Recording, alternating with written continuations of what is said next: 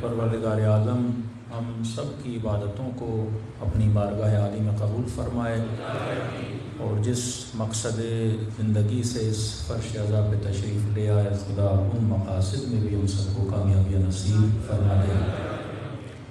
مسلسل آپ کی خدمت میں عرض کر رہے ہیں کہ کربلا واقعے کا نام نہیں ہے، کربلا ایک تہذیب کا نام ہے، کربلا ایک تحریک کا نام ہے، کربلا ایک ریولیشن کا نام ہے۔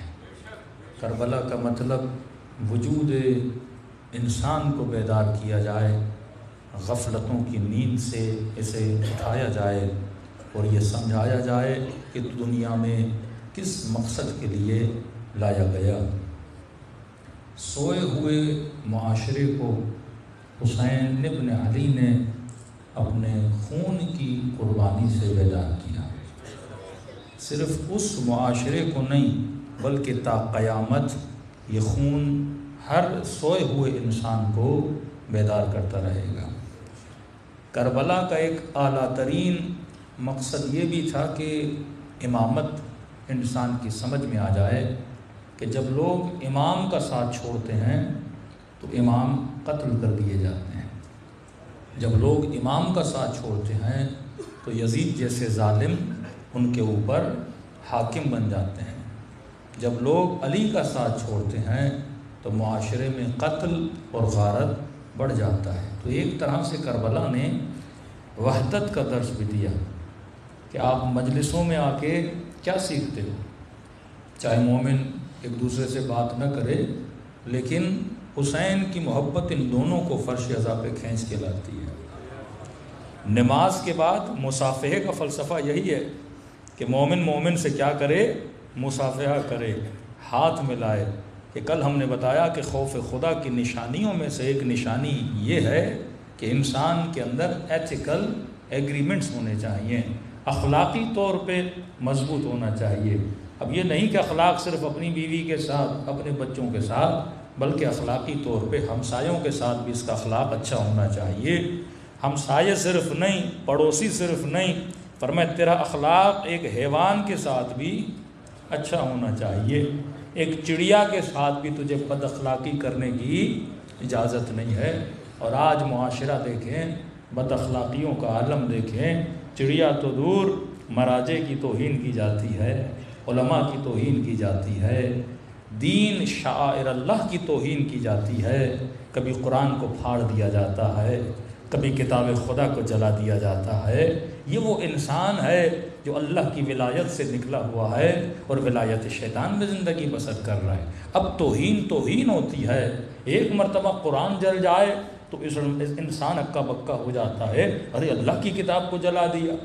اسی طرح کربلا میں نبی کے نواسے کو کاٹا گیا، ان کے لاشے پہ گھوڑے دوڑائے گئے، وہ بھی تو توہین اسلام ہے۔ بلکہ یہاں تک بول دیا اگر کوئی مومن کی توہین کرتا ہے یہ بالکل ایسے ہے جیسے خانہ خدا کو گرا دیا جائے۔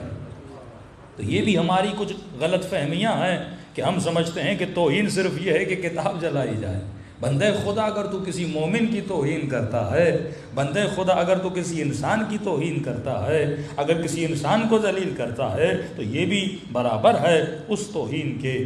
توہین ہوتی ہے، یہ نہیں کہ کم ہے یا زیادہ ہے، ہاں یہ ضرور ہے سزا اعتبار کے حساب سے کم و زیادہ ہوتی ہے۔ اگر کوئی وہن مذہب کرتا ہے تو اس کی سزا اسلام میں موت ہے، اس سزا کی کوئی بخشش نہیں ہے۔ اگر کوئی رسول کی توہین کرتا ہے، اگر کوئی شاعر اللہ کی توہین کرتا ہے تو اسلام میں سخت ترین سزائیں سنائی ہیں۔ تو کربلا اسی چیز کا نام ہے کہ آؤ دیکھو کس نے حسین کا ادب کیا اور کس نے حسین کی توہین کی تھی۔ جس نے حسین ابن علی کا ادب کیا، خدا نے ان کو نور کے ممبروں پہ بٹھا دیا کہ علی تم اور تمہارے شیعہ نور کے ممبروں پہ ہوں گے۔ آج پوری دنیا شہدائے کربلا کو یاد کرتی ہے، لیکن جس نے توہین کی آج پوری دنیا اس یزید ملعون پر لعنتیں بھیجتی ہے۔ تو انسان کو سوچنا چاہیے کہ لعنت کسی پر بھی آ سکتی ہے، رحمت بھی کسی پہ آ سکتی ہے۔ اگر تو تہذیب کربلا میں زندگی گزارے گا تو خدا کی رحمتوں کی بارش تیرے سر پر ہوگی، لیکن اگر تیرے اندر اخلاق یزیدی ہوگا تو انسان کے اوپر لعنت بھی آ سکتی ہے۔ صلوات پڑھے محمد و آل محمد۔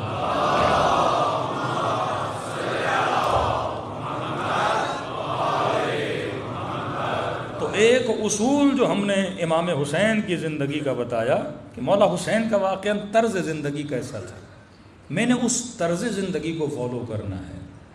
ہم نے کہا کہ جو پہلا اسٹیج اہل بیت کی زندگی کا امامت ہے، علم ہے، عصمت ہے، وہ ہم نہیں لے سکتے۔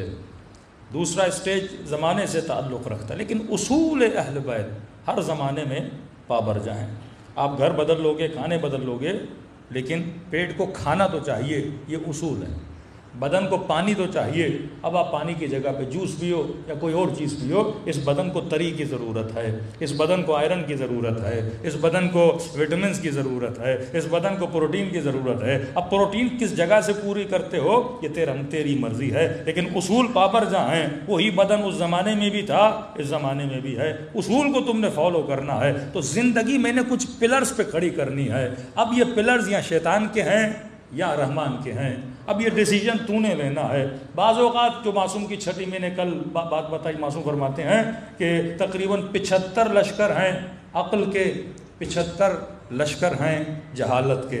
سمجھو شیطان کے پاس 75 سپاہی ہیں، یہاں اللہ کے 75 سپاہی ہیں. پھر چھٹے امام نے ایک ایک سپاہی کا نام بتایا. فرمایا ہر انسان انہی سپاہیوں کے ساتھ پیدا ہوتا ہے.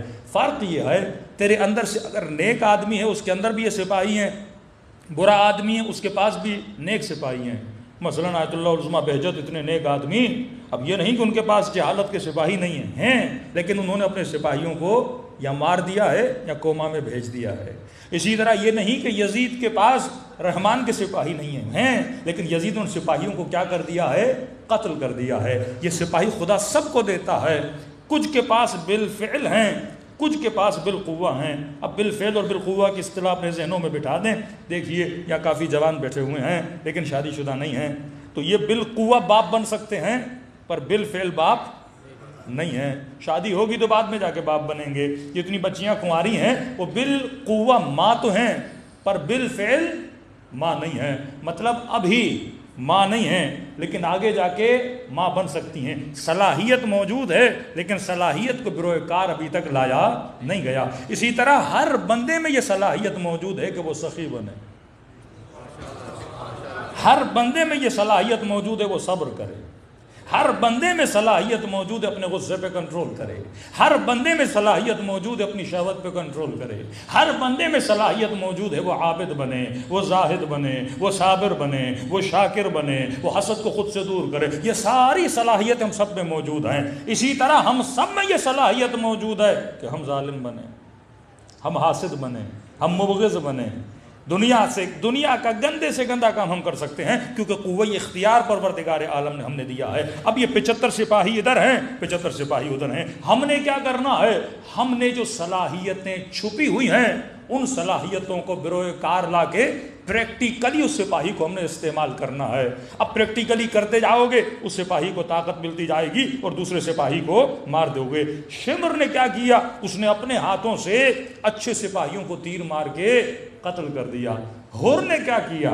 ہر نے اچھے سپاہی کو زندہ کیا، برے سپاہی کا گلا گھونٹ دیا. تو صلاحیت ہم سب میں موجود ہے. اب ایک اور مثال دوں تاکہ اور بات واضح ہو جائے. کچھ لوگ کہتے ہیں مولانا کیا فطرتاً بھی کوئی نیک ہو سکتا ہے؟ مثلا پیدا ہوتے ہی کیا سب میں یہ صلاحیتیں ہوتی ہیں؟ ایسا ہے. مثلا ایک ہی گھر میں ایک مومن کو 2 بچے ہوئے، دونوں ٹوئنس، ایک ہی ماں کے، ایک ہی باپ کے، ایک ہی گھر میں پیدا ہوئے. لقمہ اسی باپ نے کھلایا، تربیت اسی ماں نے کی.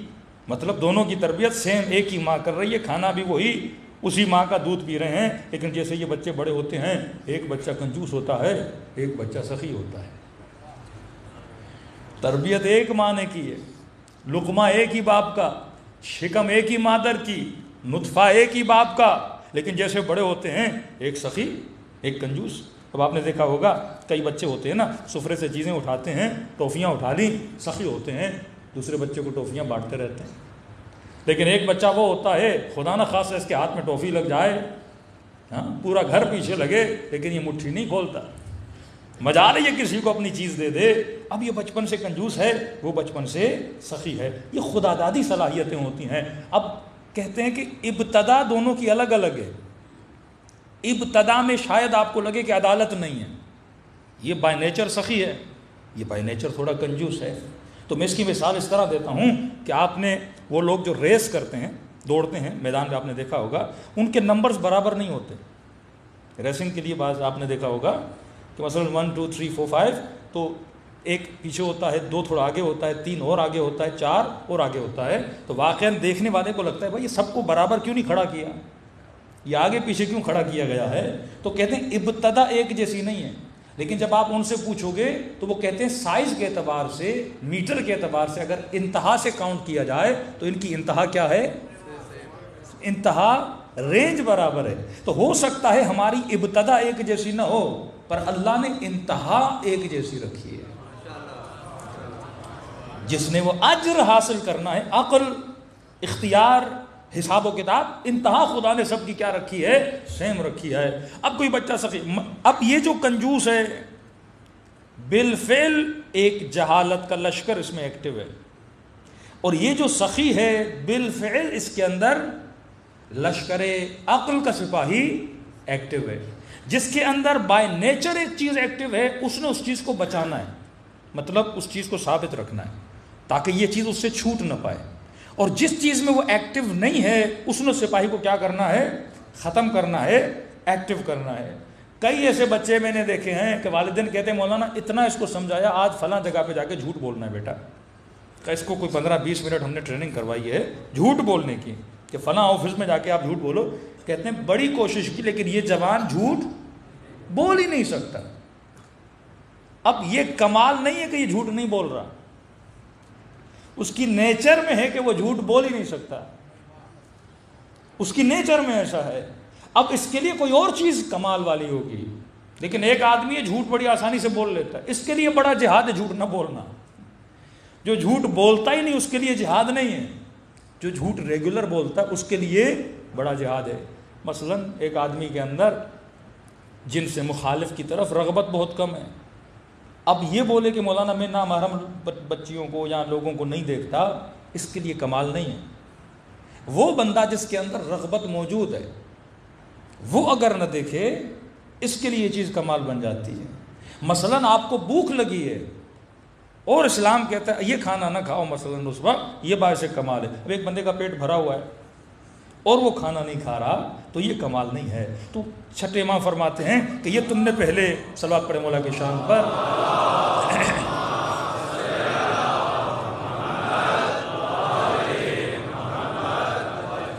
تم نے پہلے چیک اینڈ بیلنس کرنا ہے کہ واقعاً کون سا سپاہی تمہارے وجود میں کیا ہے, ایکٹیو ہے.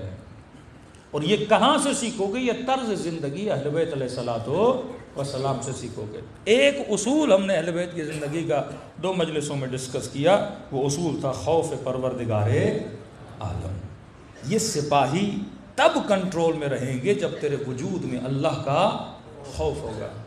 خوف نہیں ہوگا, بندہ بے باک ہو جائے تو وہ ظلم اور جہالت کے سپاہیوں کو دوڑاتا بھی ہے اور حکومت الہی میں رسوخ کر کے بندگان خدا کو نقصان بھی پہنچاتا ہے. آج دوسرے پہلو پہ آنا چاہتے ہیں. جو اہل بیت کی زندگی میں یہ صفت واقعاً ائمہ اہل بیت رسول خدا کی زندگی میں ایک بارز ترین صفت تھی, اور وہ ہے صفت عفو, معاف کرنا. آج معاشرے میں جتنے بھی جھگڑے ہیں, طلاقیں ہیں, بھائی بھائی سے لڑا ہوا ہے, مولوی مولوی سے لڑا ہوا ہے, سب کی وجہیں کیا ہیں؟ معاف نہ کرنا. فرماتے ہیں جس کے اندر معاف نہ کرنے کا جذبہ ہے اصلاً وہ کسی کو معاف کرنے کے لیے تیار نہیں ہے. اس سے بڑا کوئی قسی القلب بندہ نہیں ہے. کہ چھٹے امام جعفر صادق علیہ السلام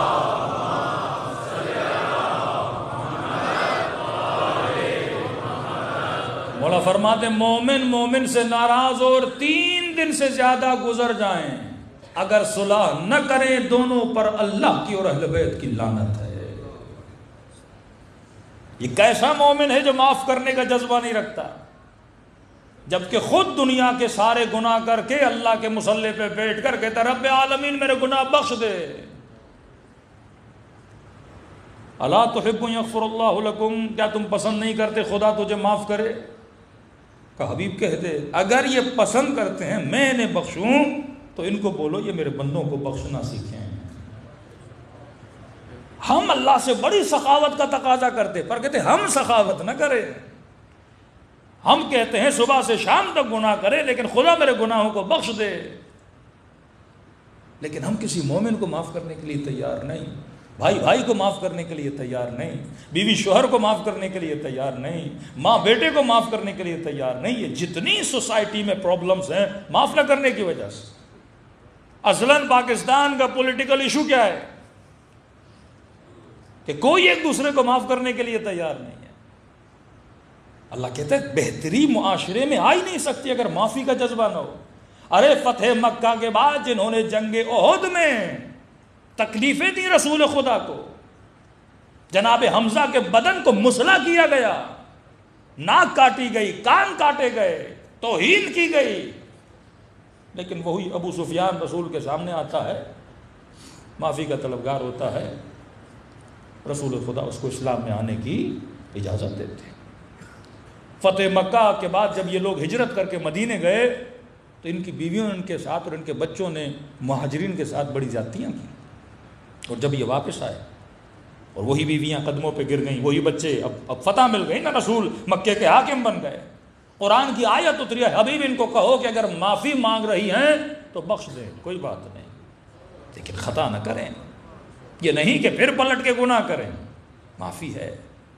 کربلا کے میدان میں ایک شامی بندہ, کہتے ہیں بڑا قوی ہیکل, قد کا لمبا, جسم کا بھاری بندہ, اس کو اپنی شجاعت پہ بڑا بھروسہ تھا کہ کوئی ایسا نہیں جو میرے مقابلے میں آئے اور اسے بچھاڑ نہ سکوں. جسٹ لائک عمرو بن عبدوت.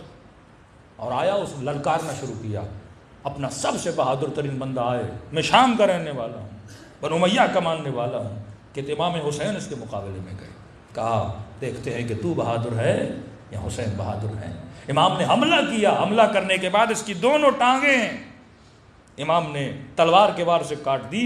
کہتے اس میدان جنگ میں جب ٹانگیں کٹی ہوئی تھیں, امام حسین کے قدموں کو پکڑ کے رو کے یہ کہنے لگا کہ واللہ مجھے نہیں پتا تھا علی کا بیٹا اتنا بہادر ہے. اگر پتا ہوتا میں کبھی جنگ کے لیے نہ بلاتا. اور وہاں پہ کہتا حسین مجھے معاف کرو, کیونکہ دوسرا حملہ امام اس کی گردن پہ کرنے والے تھے. کہ مجھے معاف کرو, آگے سے آپ کے مقابلے میں کبھی نہیں آؤں گا, اصلاً میدان چھوڑ کے چلا جاؤں گا. کہتے اس میدان جنگ میں امام حسین نے لشکر عزیز کو کہا لے جاؤ اپنے سپاہی کو. وہیں پہ حسین نے معاف کی.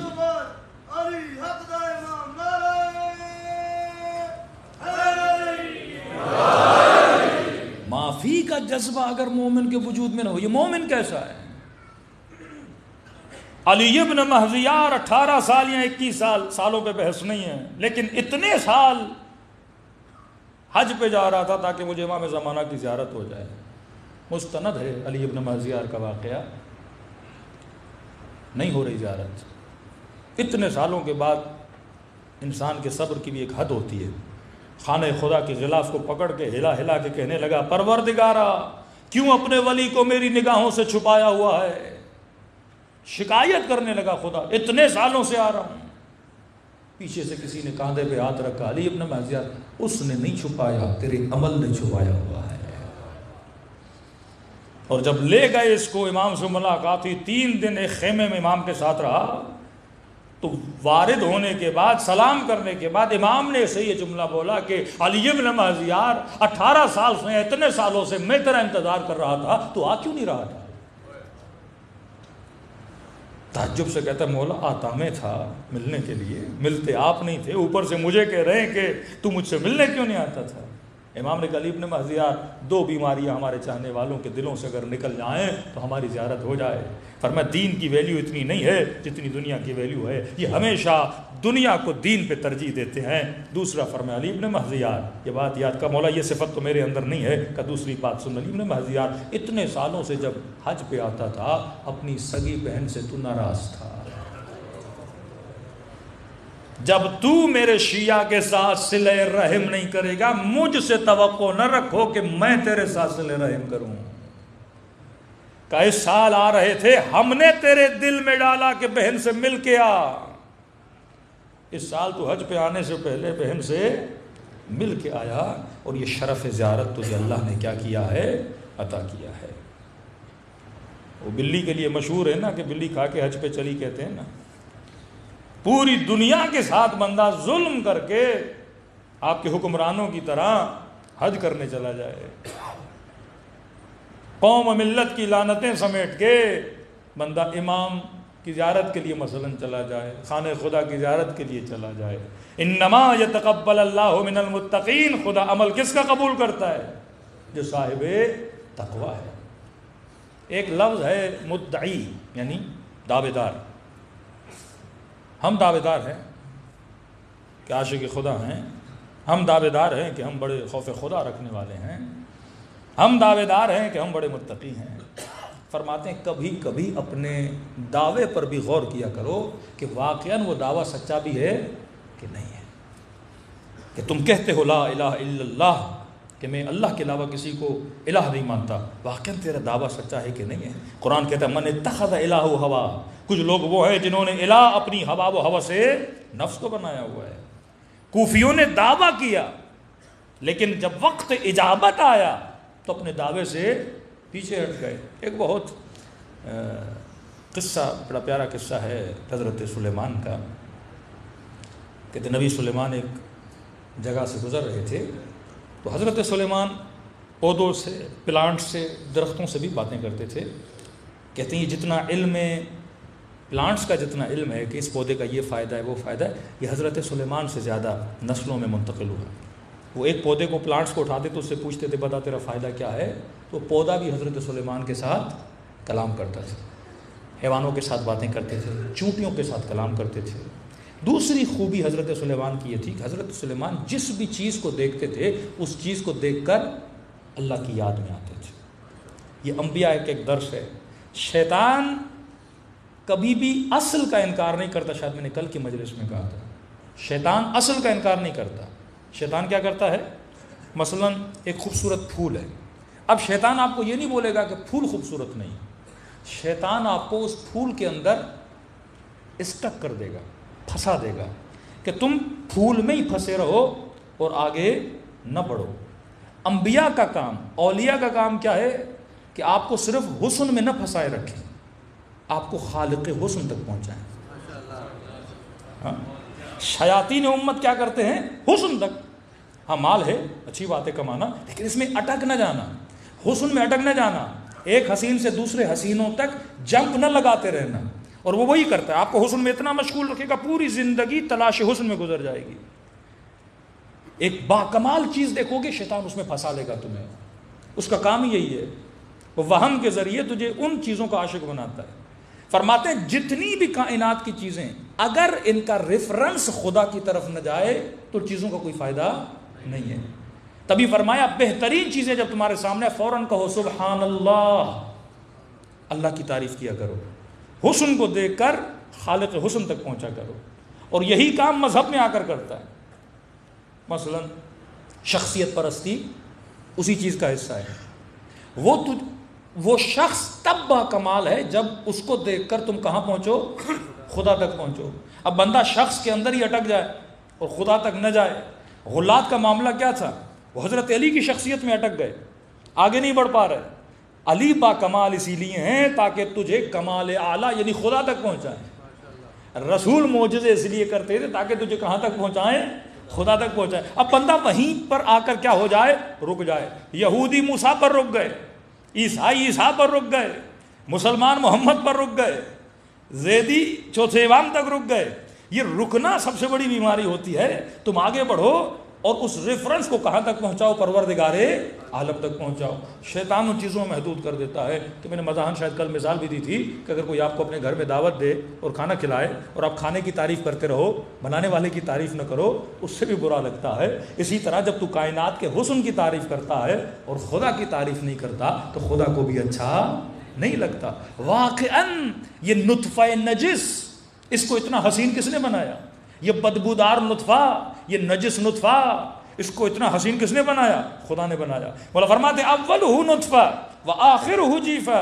ذرا اپنی حقیقت کو پہچان کہ انسان تیری ابتدا نطفہ ہے، تیری انتہا کیا ہے؟ مردار ہے. اس بیچ میں اتنی حسین زندگی کس نے بنائی ہے؟ پروردگار عالم نے بنائی ہے. تو حضرت سلیمان کی عادت تھی، وہ چیزوں کو دیکھ کر کہاں پہنچتے تھے؟ خدا تک پہنچتے تھے.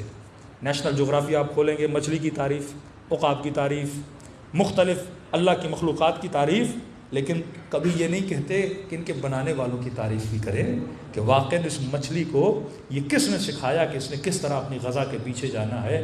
ایک حدیث بھی ہے اور واقعی یہ نئی ریسرچ بھی ہے. آپ نے سنا ہوگا کہ ایک دریا کی بہت بڑی مچھلی ہوتی ہے جو کئی مچھلیوں کو کھاتی ہے.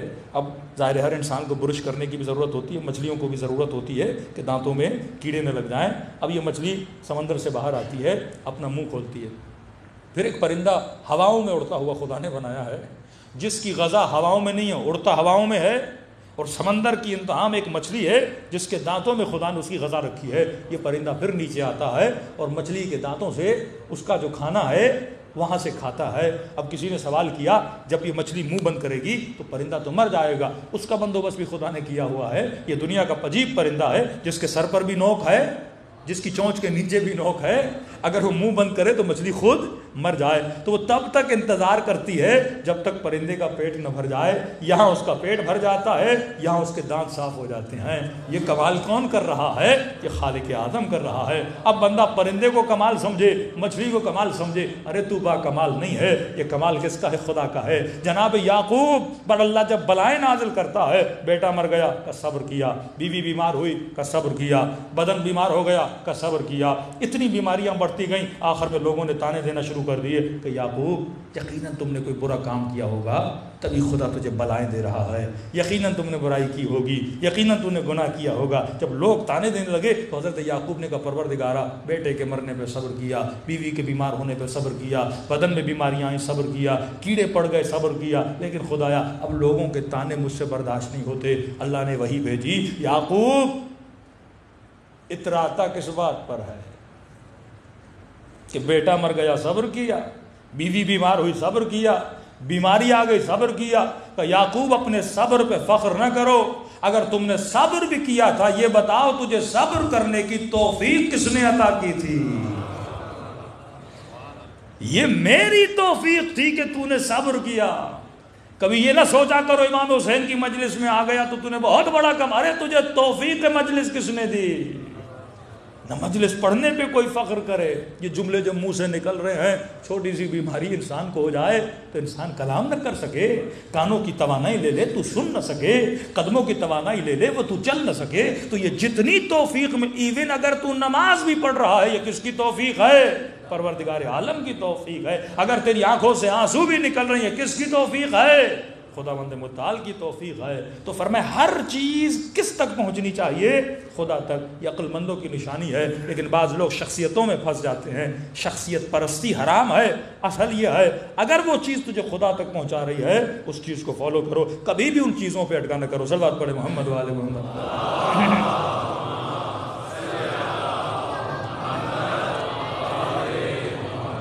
تو ہم نے کہا مدعی ادعا کرنا کہ واقعا میں علی کا ماننے والا ہوں, یہ بڑا آسان ہے. مولا حسین کا ماننے والا, مولا میں ہوتا اپنی جان قربان کرتا, ادعا ہے. میں لا الہ, میں موحد ہوں, یہ ادعا ہے. دعویٰ کر رہا ہوں کہ میں ماننے والا ہوں. لیکن کبھی میں نے 5 منٹ کے لیے سوچا کہ یہ دعویٰ کتنا سچا ہے. اگر واقعاً پریکٹیکلی ایسا وقت میرے اوپر آئے میں کیا کروں گا؟ حضرت سلیمان گزر رہے تھے, کیا دیکھا؟ ایک چڑیا اور ایک چڑا, اب نر اور مادہ. اب یہ کہانیاں ہمارے اندر بھی ہیں اور حیوانوں کے اندر بھی ہیں, مزاج ایک ہی ہے. اب اس چڑے نے چڑیا کو باتیں کر رہے تھے اور باتیں دلچسپ تھیں تو حضرت سلیمان رک گئے. اب یہ جو نر تھا, مادہ چڑیا کو بول رہا تھا کہ مجھ سے شادی کر لو. وہ مان ہی نہیں رہی.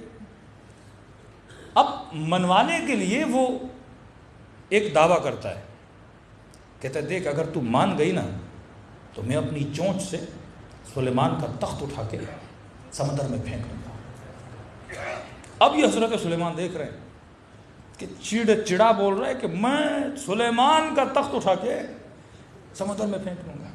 کہ تو ایک پتھر نہ اٹھا سکے تو تخت سلیمان کو اٹھا لے گا. سلیمان کو اچھا نہ لگا.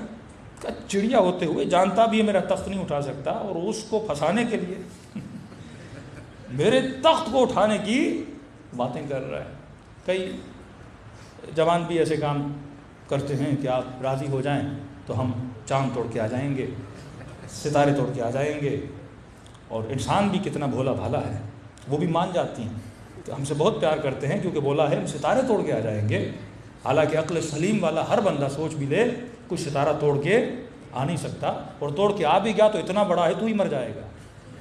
کئی ستارے زمین سے زیادہ بڑے ہیں, کوئی توڑ ہی نہیں سکتا. اب یہ گیم ان دونوں میں چل رہی تھی. حضرت سلیمان نے سن لیا, وہ دعوے کیے جا رہے, تخت سلیمان کو اٹھا لوں گا, تیرے لیے یہ کر دوں گا, تیرے لیے وہ کر دوں گا. اور سلیمان نے دونوں کو بلا کے ادھر آؤ. چڑیا اور چڑے کو کھڑا کیا, کہا کیا بول رہا ہے, میرا تخت اٹھائے گا, سمندر میں پھینک دے گا. تو کہنے لگا اے نبی سلیمان, المحب لا یلام, محبوب کی ملامت نہیں کی جاتی. آپ بھی جانتے ہو میں محبت میں دعوے کیے جا رہا ہوں. ہاں, محبوب کی ملامت نہیں کی جاتی. آپ بھی جانتے ہیں میرے اندر اتنی طاقت نہیں ہے, دعویٰ کر رہا ہوں. حضرت سلیمان کو اس کا جملہ بڑا اچھا لگا. اب اس کی سفارش کرنے لگے اس چڑیا سے کہ جب بندہ اتنے دعوے کر رہا ہے, اتنی محبت کے وعدے دے رہا ہے, تو راضی ہو جا, اس سے شادی کر لے. اس نے کہا کہ نبی سلیمان ہوا مدعی, دعویٰ کر رہا ہے, کرے گا کچھ بھی نہیں میرے لیے. چڑیا سمجھدار تھی آج کل ہمارے نسلوں سے زیادہ. کہ نبی سلیمان دعویٰ کر رہا ہے, ایک نمبر کا جھوٹا ہے. میں نے کئی چڑیوں سے اسے یہ بات کہتے ہوئے سنا ہے,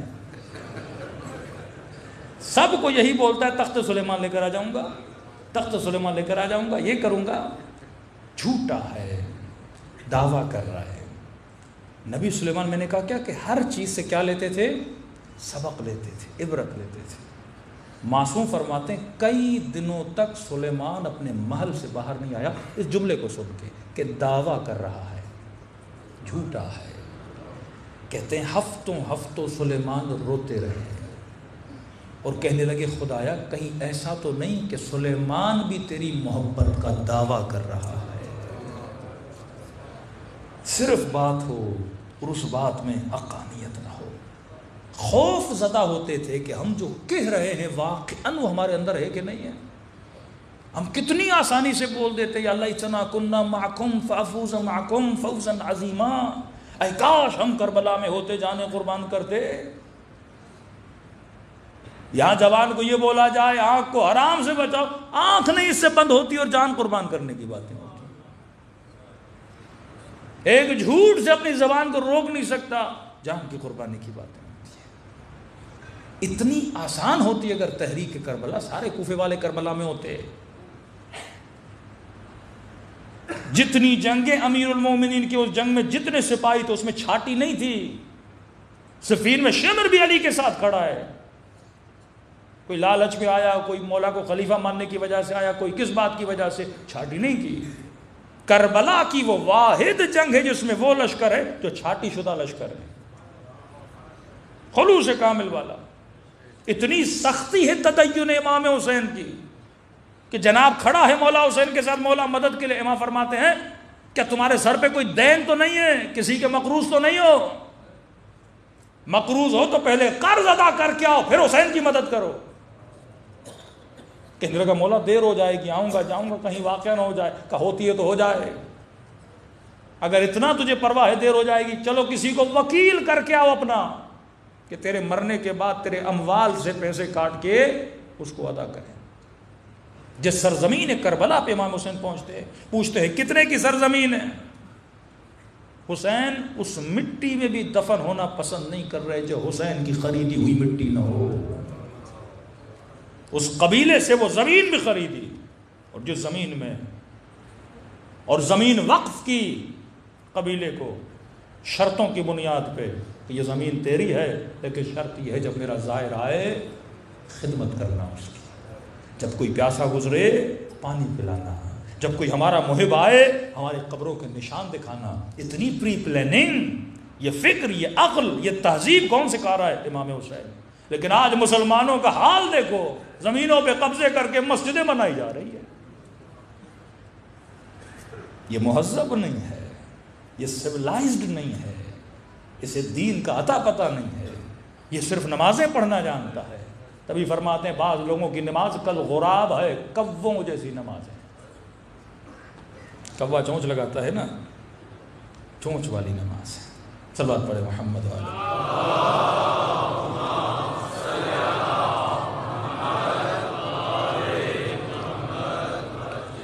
دوسری بات, جب بات حکمت کی ہو تو حکمت کی بات ہمیشہ تلوار کے دو لبوں کی طرح ہوتی ہے, ایک طرف کوئی اور ہوتا ہے, ایک طرف کوئی اور ہوتا ہے. مثلا رسول خدا یہ فرما رہے ہیں کہ حبیب بلغ ما انزل الیک من ربک فإن لم تفعل فما بلغت رسالتہ. اے حبیب اعلان ابلاغ کرو, جو ہم نے تجھے کہا وہ پہنچا دو. اگر تم نے یہ کام نہ کیا تو گویا تم نے رسالت کا کوئی کام انجام نہ دیا. اب اس بات سے آپ یہ سمجھیں کہ اللہ رسول کو دھمکی دے رہا ہے,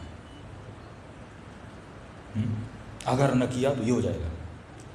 یہ حکمت کی بات ہے. کسی چیز کی اہمیت کو بیان کرنے کے لیے ایسا جملہ آتا ہے کہ اس امر کی اہمیت کو سمجھو. اللہ کو پتا ہے کہ میرا نبی بات کو پہنچائے گا, وہ نبی کیسا جو اللہ کی بات کو نہ پہنچائے.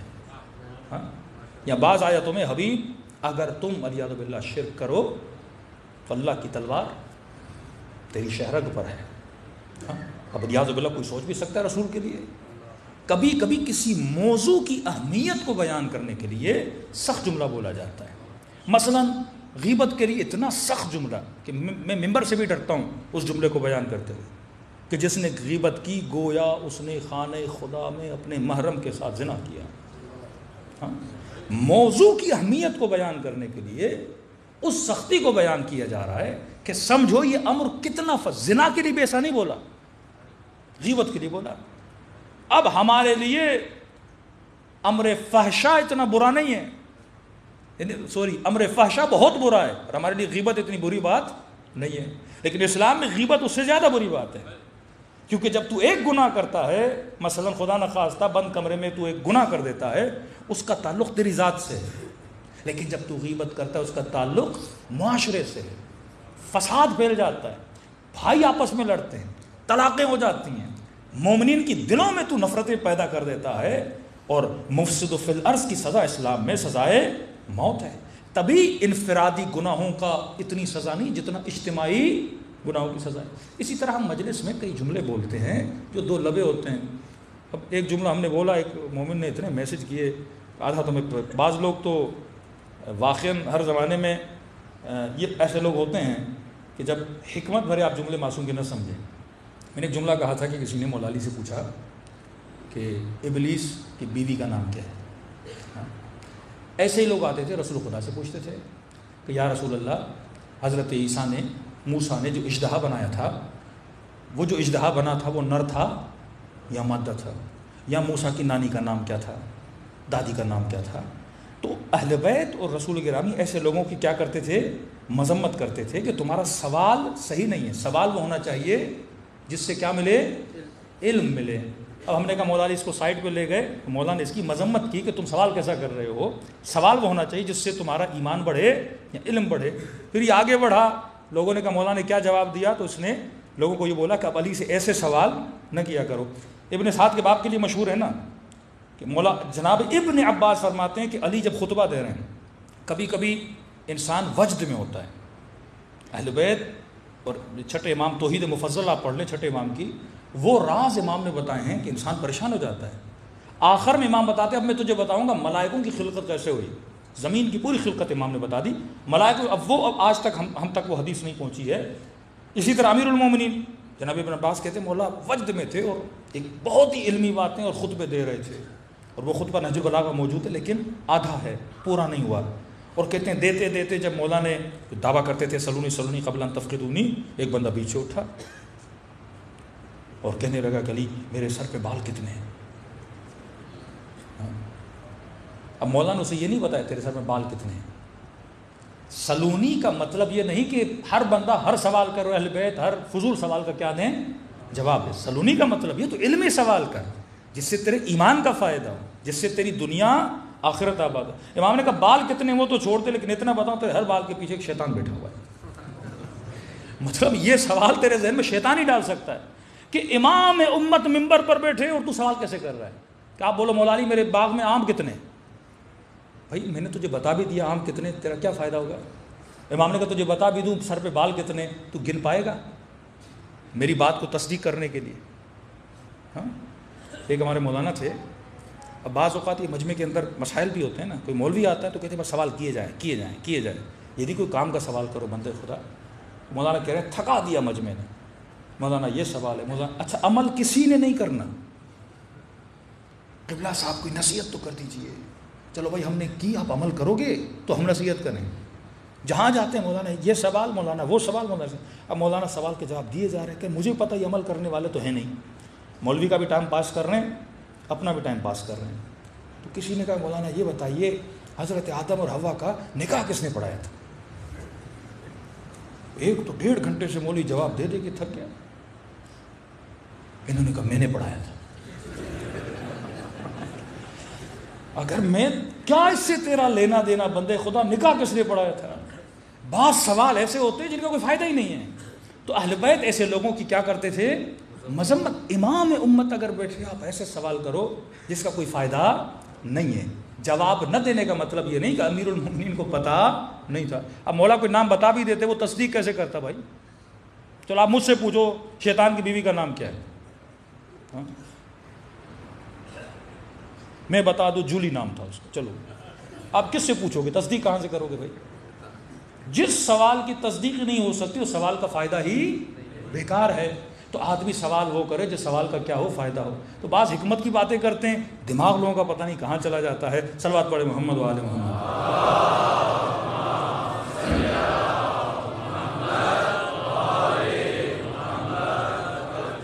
امر کو سمجھنے کی کوشش کرو. اب خدا یوسف کا قصہ سنا رہا ہے، بندہ اب یوسف میں اور قصے میں پھنس جائے. عبرت لو. مطلب یہ ہے کہ جب گناہ کی دعوت ہو تو گناہ سے کیا کرو؟ بچو. بنی اسرائیل، بچھڑا، موسیٰ کی دوری، یہ اللہ کیوں بتا رہا ہے؟ اور نبی یہ کہے الساع بالساع، جو کچھ بنی اسرائیل نے کیا وہ سب کچھ میری امت بھی کرے گی. اور واقعہ جناب سیدہ کا خطبہ ہے، ہم کچھ چیزیں ممبر پہ بیان نہیں کر سکتے، اب اس میں پڑھ لیں. بی بی نے کون کون سی نسبتیں دی ہیں، واقعاً نسبتیں دی ہیں. جو کچھ انہوں نے کیا، جو فرقے ان میں بنے وہ فرقے امت مصطفیٰ میں بنے. تو صاحب عقل جو ہوتا ہے وہ عبرت حاصل کرتا ہے. جو صاحب عقل نہیں ہوتا وہ قصوں میں چپک جاتا ہے، وہ کہانیوں میں چپک جاتا ہے، وہ چیزوں سے لپٹ جاتا ہے لیکن ان قصوں سے فائدہ نہیں لیتا. واقعاً امیر المومنین کی ساری جنگیں دیکھیں لیکن ان جنگوں کا یہ واقعہ کہ علی کے چہرے پر کسی نے لعاب دہن پھینکا اور علی نے اسے اس وقت نہیں مارا. اس کے سینے سے کھڑے ہو جاتے ہیں، چہل قدمی کرتے ہیں، پھر جاتے ہیں اس کے گلے پہ وار کرتے ہیں. اور جب اعتراض ہوا کہ علی آپ نے پہلے کیوں نہیں مارا تو امام نے فرمایا آج تک میں نے اپنے دشمن کو نہیں مارا. جب لعاب دہن پھینکا دشمنی ہو گئی نا. آپ کی توہین کوئی کرے گا اور آپ غصے میں اسے مارو تو یہ غصہ کس کے لیے ہوا؟ اپنے لیے ہوا نا، اللہ کے لیے نہیں ہوا نا. کہ علی نے ہمیشہ خدا کے لیے جنگ کی ہے. کسی کو بھی جب یہ لوگ بولتے تھے علی تو نے میرے باپ کو مارا، میرے بھائی کو مارا، مولا فرماتے ہیں مجھ سے کیوں دشمنی کر رہے ہو؟ میں نے اپنے لیے نہیں مارا، خدا کے لیے مارا. اب میرا ایمان ہے کہ یہ حدیث جو آتی ہے ضربت علی یوم الخندق افضل من عبادت ثقلین، تب ایک ضربت عبادت ثقلین سے افضل بن جاتی ہے کیونکہ اس ضربت میں خالصتاً عبادت پروردگار عالم چھپی ہوئی ہے. صلوات پڑھے محمد و آل محمد.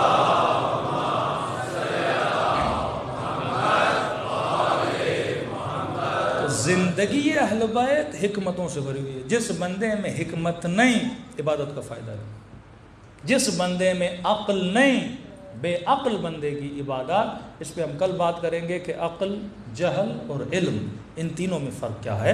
عبادت کا فائدہ نہیں. اب دیکھیں ایک بندہ ایک نمبر کا عابد ہے، صبح سے شام عبادتیں، نمازیں، روزے، ہاں، لیکن اگر عقل نہ ہو، خودکش بن جائے، ایک مسجد میں جا کے اٹیک کر دے، 1000 لوگوں کو مار دے، اس عابد کا کوئی فائدہ ہے؟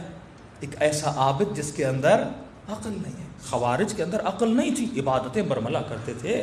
تو اہل بیت علیہ الصلوۃ والسلام سب سے پہلی چیز جو انسان کو سکھاتے تھے یزکیہم ویعلمہم الکتاب والحکمہ. تزکیہ کر، پاک و پاکیزہ کر. پاک و پاکیزہ کرنے کے بعد انہیں کیا سکھا؟ علم سکھا. علم سکھانے کے بعد کیا سکھا؟ حکمت سکھا کہ میں نے کس زمانے میں کس طرح علم کرنا ہے. اب وہ غیبت جس کے لیے یہ فرمایا جائے کہ غیبت کرنے کا گناہ اس طرح ہے جس طرح خانہ خدا میں بندہ بدکاری کرے. اب حکمت کے پھر جملے فرمایا وہ غیبت جو اتنا برا ہے لیکن 3 جگہوں پہ غیبت کرنا ثواب ہے. ہاں؟ حکمت بندہ اگر جانے. اب میں ساری مجلس پڑھ دوں غصہ کرنا حرام ہے، غصہ کرنا حرام ہے، لیکن کئی جگہوں پہ غصہ کرنا ضروری ہے. غصہ نہ ہو تو بندے میں غیرت نہ ہو. غصہ نہ ہو تو میدان جہاد میں کیسا جائے. غصہ نہ ہو تو دینداری معاشرے میں کیسے پھیلائے. کوئی انرجی بری نہیں ہوتی، اس انرجی کو میں نے کہاں یوز کرنا ہے یہ حکمت کی بات ہوتی ہے. ہاں؟ اب غیبت کہاں کرنا جائز ہے سرسری بتا رہا ہوں. مثلا ایک مومن نے، اس کے گھر پہ بیٹی کا رشتہ آیا ہے. ہاں؟ ایک جوان آیا کہ آپ اپنی بیٹی مجھے دے دیں. اب بھائی کون ہو؟ کہ میں بحریہ ٹاؤن میں رہتا ہوں، فلاں جگہ پہ رہتا ہوں. اب آپ آ گئے بحریہ ٹاؤن، مسجد خدیجۃ الکبریٰ. ہاں بھائی یہ جوان آتا ہے مسجد میں، نماز پڑھتا ہے، کیسا لڑکا ہے؟ آپ نے کہا بھائی کیوں پوچھ رہے ہو؟ کبھی اس نے بیٹی کا رشتہ مانگا ہے۔ اب آپ کو پتا ہے اس جوان میں کوئی بری عادت ہے، اب یہاں بڑے نیک بن جاؤ، نہیں غیبت تو نہیں کرنی، ہاں بھائی بڑے جناب اچھے ہیں، اس نے زن رکھنا ہے، معصومین نے فرمایا، اور کل وہ بیٹی کی شادی کرا اس کا ستیہ ناش ہو جائے۔ یہاں بتانا ضروری ہے، صرف اسے یہ نہیں کہ لاؤڈ پہ بولو اس کا رشتہ ہے جوان برا، نہیں، جو تجھ سے پوچھنے آیا ہے واقعاً بیٹی کا رشتہ آیا ہے اسے بتانا ضروری کہ بندے خدا ہاں نماز تو پڑھتا ہے لیکن مثلاً غصے کا تیز ہے، نماز تو پڑھتا ہے لیکن جب غصہ آتا ہے مثلاً گالیاں بھی دیتا ہے، یہ بیماریاں اس کے اندر ہیں، آگے آپ جانو، آپ کا کام جانے۔ پہلی منزل۔ دوسری منزل، کوئی آدمی بزنس کرنا چاہتا ہے، ایک آدمی کو پارٹنر بنانا چاہتا ہے، وہ آپ سے آ کے مشورہ مانگتے ہیں، بندے خدا اس سے پارٹنر بنا رہا ہوں، بندہ امین تو ہے، کل چوری تو نہیں کرے گا، پیسے لے کے بھاگ کے تو نہیں جائے گا، آپ بولو نہیں بھائی میں غیبت نہیں کروں گا، حرام ہے، اب تم جانو تمہارا کام ہے۔ نہیں، یہاں تجھے بتانا ضروری ہے تاکہ اس بندے کے مال میں نقصان نہ ہو۔ نوکری کے لیے کوئی نوکر رکھ رہا ہے، اپنے گھر میں چوکیدار بنا رہا ہے، کہہ رہا ہے کیسا بندہ ہے، اور آپ کو پتا بھی ہے 2-3 بنگلوں کو لوٹ چکا ہے، اور آپ بولو نہیں غیبت کرنا حرام ہے، بھائی میں نہیں بتاؤں گا، اور کل اس کا بنگلہ لوٹ جائے تو سارا گناہ کس پر ہے؟ تیرے اوپر آئے گا۔ تیسرا مقام، اگر کوئی مظلوم دہائی سنانے کے لیے تیرے پاس آئے، یہ مظلوم بندہ ہے جس کو کسی نے مارا ہے، کسی نے بیٹی کو مار دیا، کسی نے بیٹے کو مار دیا، کسی نے زیادتی کی ہے، کسی نے بیٹی کو طلاق دے دی، تو یہ بھی آ کے بتاتے ہیں نا کہ میری بیٹی کے ساتھ یہ ظلم ہوا، بیٹے کے ساتھ ہوا، اب اور بھی غیبت نہیں کروں میں، نہیں بس فرماتے اس کا من ہلکا کرنے کے لیے چند باتیں سن لو تاکہ اس کا من کیا ہو جائے؟ ہلکا ہو جائے۔ چند جگہوں پہ ایک چیز جائز ہے، ایک جگہ پہ کیا ہے؟ حرام ہے۔ صلوات پڑھے محمد وعلی محمد۔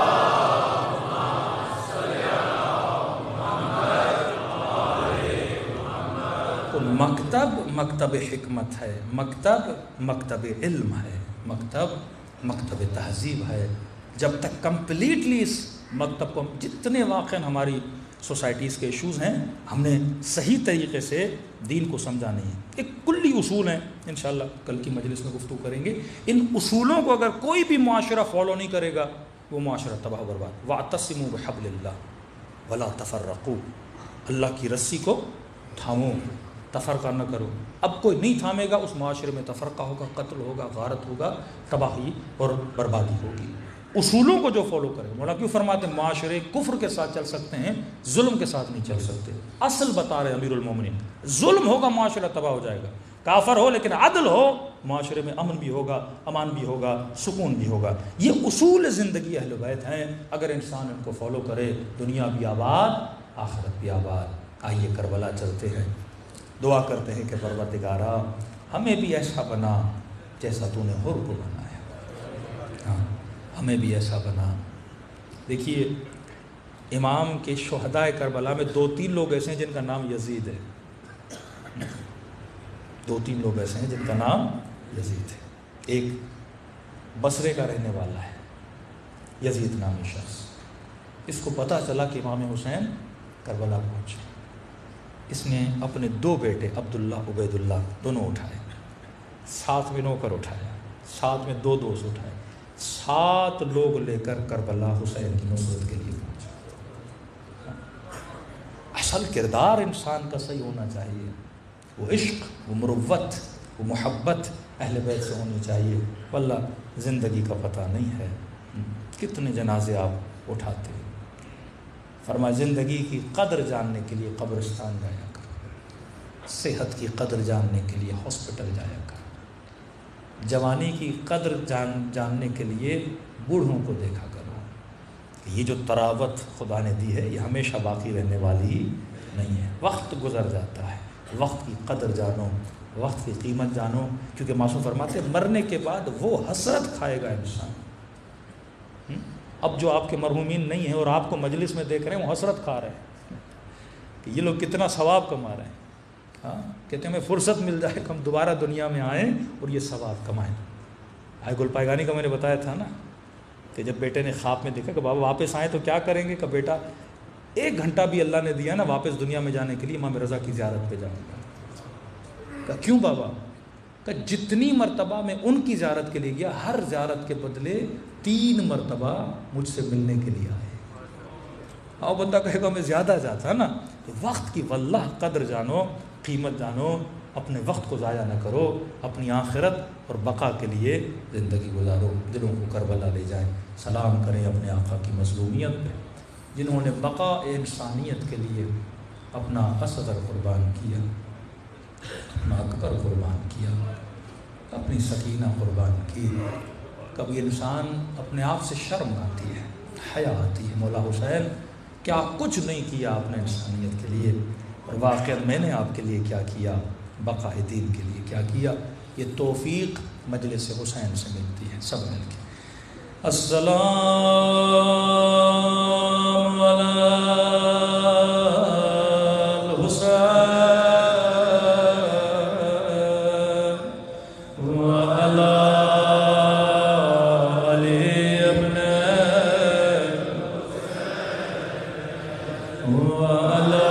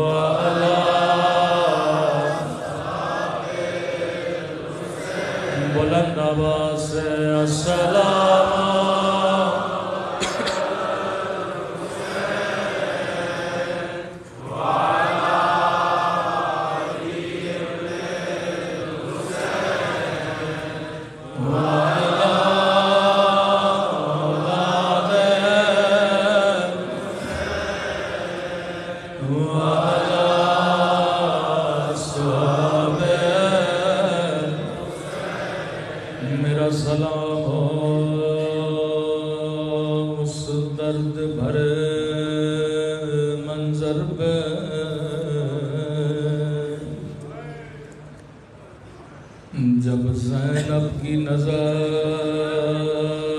حسین کی پامال لاش پہ پڑی،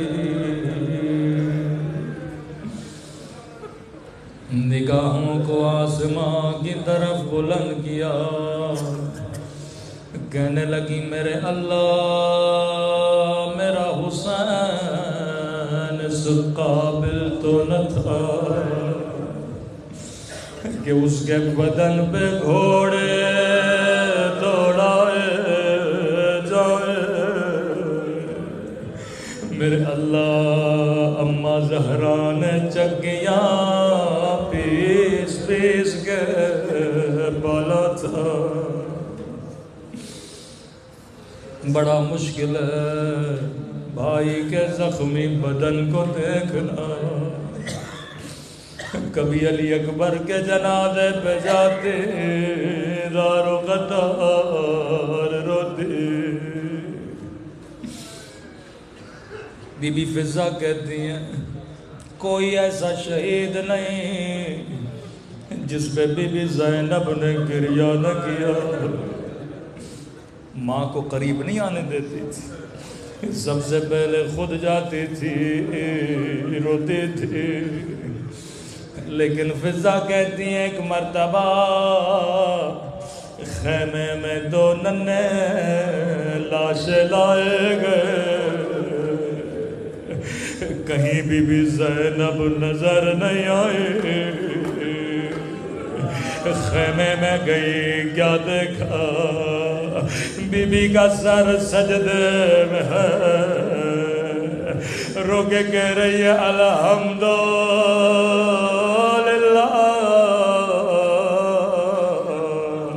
اے خدا تیرا شکر ہے تو نے زینب کی قربانی قبول کی۔ لیکن خیمے سے باہر نہیں آئی، بچوں پہ نہیں روئی، بچوں کے لیے کوئی مرثیہ نہیں پڑھا، قافلہ کوفے روانہ ہوا، پورے سفر میں کہتی تھی کوفے والو اگر کسی نے رسول کی زیارت کرنی ہے ایک نظر میرے علی اکبر کو دیکھو یہ شبیہ رسول لیکن پورے سفر میں کبھی بچوں کے سروں کو نہیں دیکھا قافلہ شام پہنچا روکے کہنے لگی عباس تیری آنکھیں بند کیوں ہے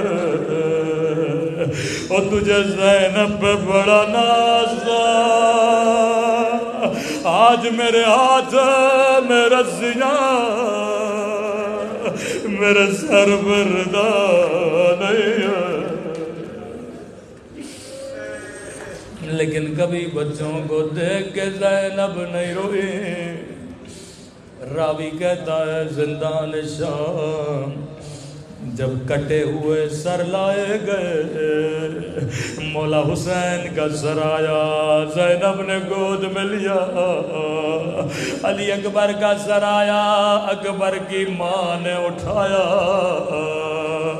قاسم کا سر آیا قاسم کی ماں نے اٹھایا فضا کہتی ایک مرتبہ دو ننھی گردنیں آئے زینب کبھی حسین پہ روئے کبھی اکبر پہ روئے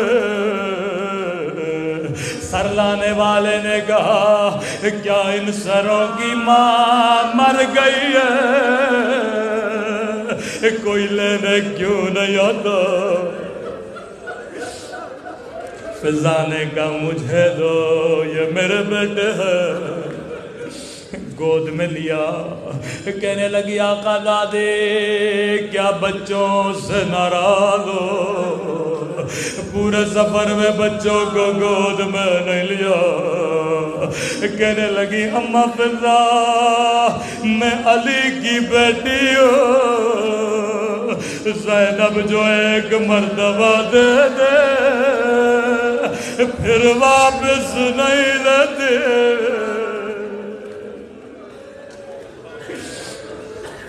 فضا کہتی ہیں پورے سفر میں زینب کبھی بچوں پہ نہیں روئی قافلہ کربلا پہنچا ایک ایک قبر پہ گئیں ماتم کیا گریہ کیا لیکن وہاں بھی بچوں پہ نہیں روئی قافلہ واپس مدینے پہنچا مدینے والے استقبال کے لیے آ گئے روکے کہنے لگی ہے مدینوں کی عورتوں میں زینب اجڑ گئے میرا حسین مار گیا میرا اکبر مار گیا او میرا قمر بنی ہاشم عباس مار گیا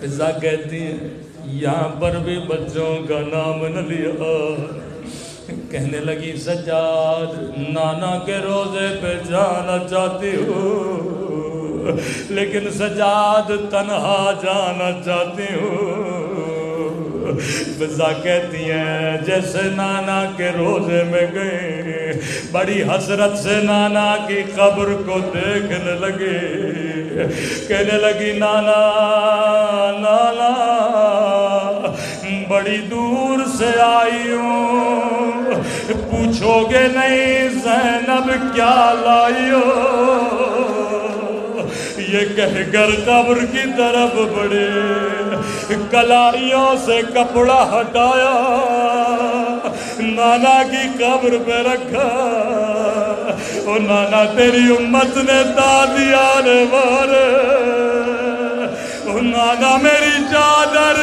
چھینے نانا میرا حسین مار گیا لیکن زینب نے بچوں کا نام نہ لیا فضا کہتی ہیں نانا کے روزے سے باہر آئی سیدھا جنت البقیع اماں کی قبر پہ آ گئے۔ اب یہاں پہ زینب نے کوئی لمبے مصائب نہیں پڑھے، ایک مرتبہ خون بھرا کرتا نکالا، ماں کی قبر پہ رکھا، زلزلہ آیا ہوگا، زینب کرتا ہٹا، رو کے کہنے لگی اماں تجھ سے کرتا برداشت نہیں ہوا، لیکن میں نے 70 قدموں سے حسین کے گلے پہ خنجر چلتا ہوا دیکھا۔ اماں زینب سے پوچھو کیا گزرے؟ کسی نے کہا بی بی عبداللہ بلا رہے ہیں۔ اب آپ بھی صاحب اولاد ہو، میری مائیں بہنیں مجلس میں موجود ہیں، ذرا سوچ کے بتاؤ زینب کیا سوچ کے گھر جانے لگے؟ عبداللہ پوچھیں گے زینب میرے اولا محمد کا کیا ہوا؟ روایت کے جملے جیسے گھر کا دروازہ کھولا، عبداللہ کی نگاہ پڑی، کہنے لگے بوڑھی خاتون رک جا، میری زوجہ گھر پہ موجود نہیں ہے۔ رو کے کہنے لگی عبداللہ تو نے بھی نہیں پہچانا، اور میرا حسین مارا گیا، میرا علی اکبر مارا گیا، عبداللہ میں اجڑ گئے۔ یہاں پر بھی زینب نے بچوں کا نام نہ لیا، لیکن ذرا سوچ کے بتاؤ زینب کے سینے میں بھی ایک ماں کا دل تھا۔ جیسے گھر کے صحن کو دیکھا زینب کو یاد آیا کبھی تو بچے صحن میں کھیلا کرتے تھے۔ ایک مرتبہ بچوں کا کمرہ کھولا، کیا دیکھا دو ننے سے مسلوں کو سینے سے لگایا۔ اے میرے بچوں اب زینب کا دل نہیں لگتا، اے خدا زینب کو بھی اٹھا لے۔ جب میرا حسین نہ رہا میں زینب بھی جی کے کیا کروں گے؟ اے خدا تجھے زینب کے یتیمی کا واسطہ، تجھے دو ننے بچوں کا واسطہ، ہمارے مولا اور آقا امام کا ظہور فرما۔